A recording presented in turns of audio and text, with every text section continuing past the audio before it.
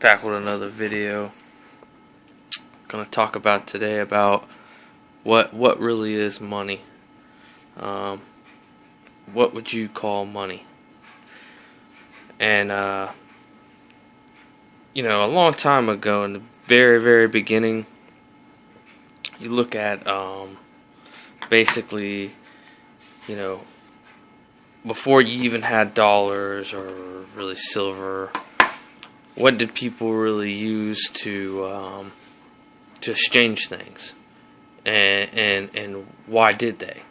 And the simple thing is there's some places, like you say in Africa, they, teeth. They would give teeth to people for certain things like meat or whatever.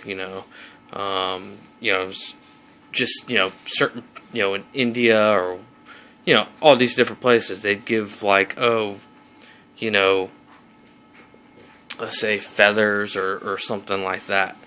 They would exchange these things, and really people would be like, well, that don't have no value. But back then, it was a way of trading something, because somebody could have a chicken and they want to trade you a cow for it, and they'd be like, hold on, I don't want that. That's not equal value to me. So everybody basically got together and said, look, this is what it's going to be. We're going to have feathers, and each feather going to be worth this much. And that's basically what money is.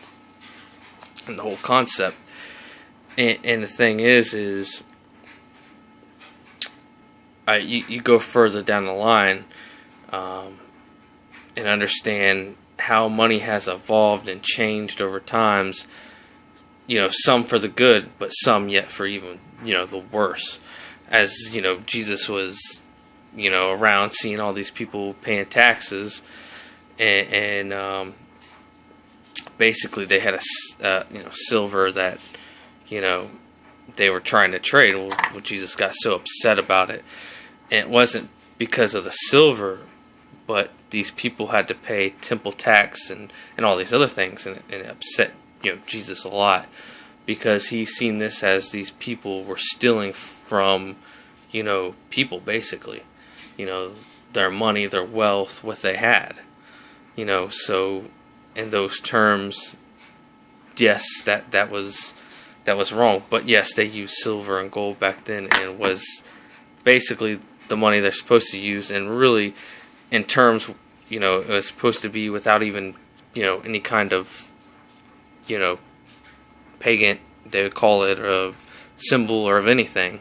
It was the only, gold or silver that was accepted to God and the Jewish way, or, the way they perceive things and everything. But you go a little further down the line, and then you go down to the medieval times, where you had basically goldsmith and silversmiths. They were making gold and stuff, and they would have these, safes, and they would hold them for people. And when they hold them for people, they give them a receipt, So most people would, leave with a receipt in the hand, and it was much easier than carrying gold and silver all the time. So the goldsmiths and everybody else got a little smarter with it. They were like, hold on, this is a little heavier, so I'm going to start giving out these receipts. And they started noticing that people didn't come back for their gold or silver too much. They were carrying like something like this, but not really this. But they were carrying around these things, and it was money. It was a receipt. Basically, you go around, buy stuff, whatever. So they found out that this was, relatively, a lot better than carrying, silver around all the time. So they started to get a little smart with it, and they said, well, hold on. Why don't I start making these receipts out and giving them to people, and, basically making a profit on it, by giving this to people, basically silver and gold or whatever they didn't have, and basically making a profit off of that, off the interest and stuff. So that's how, the dollar started coming into existence back then. For the worst part, it started getting worse and worse, and it has already. But now, at least back then, it was backed by gold and silver. We've gotten so far away from that this is basically just a piece of paper. You might as well just crumble that up, and it's not worth nothing. This is. But basically, now that we have gotten away from silver, basically you're understanding what this is now. This is nothing but a receipt of nothing. And if you really look at it, I believe it says on it, where is it? It's basically Federal Reserve Note. Federal Reserve Note. It's just a piece of paper. That's all it is. We all work for it. We basically are what dictate what this is worth. Because we all go out and get a job and work for this. I'm not saying quit your job or nothing like that. But think, if we all said, you know what, we're working for this for right now, but we're going and putting it in silver, this would be worthless. I mean, it would still have some value, because understand that the our money is basically the I guess you'd want to say, basically every country has to have American dollar bills or American money to buy oil. We're on the oil standard, basically.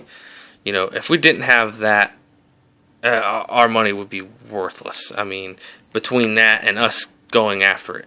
But, understand that, if we always keep going after this that has no value, what's going to happen? We keep going after something that basically don't have any kind of value to it other than the value that we give it, and it's really, you can see it in today's life. I mean, people be like, oh, well, gas is cheap, and that has different factors in it.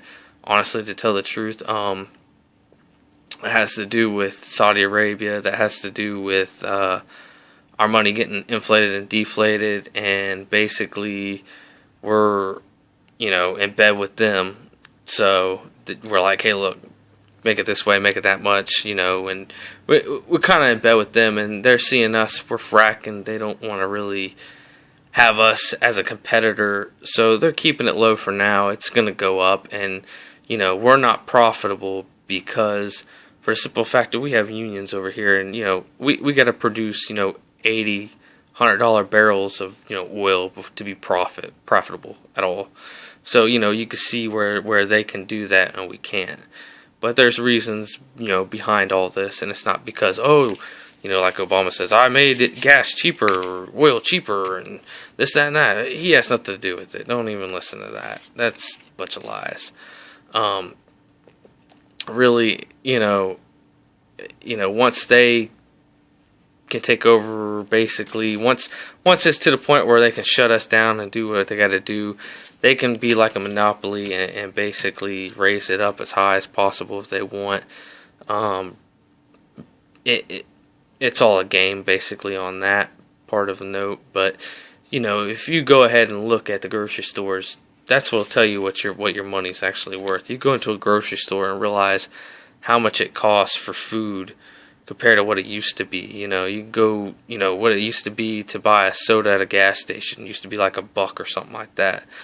I don't drink soda, I drink water, so I couldn't tell you how much it is anymore. Maybe $1.75. I don't know, for like a 16-ounce soda. I don't know. I don't drink it. I drink water.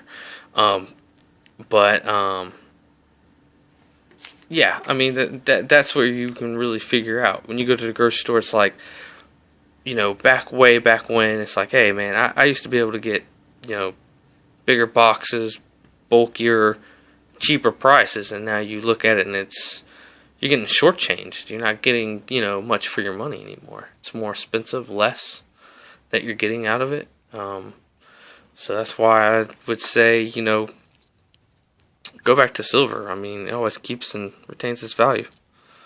Alright, see you later.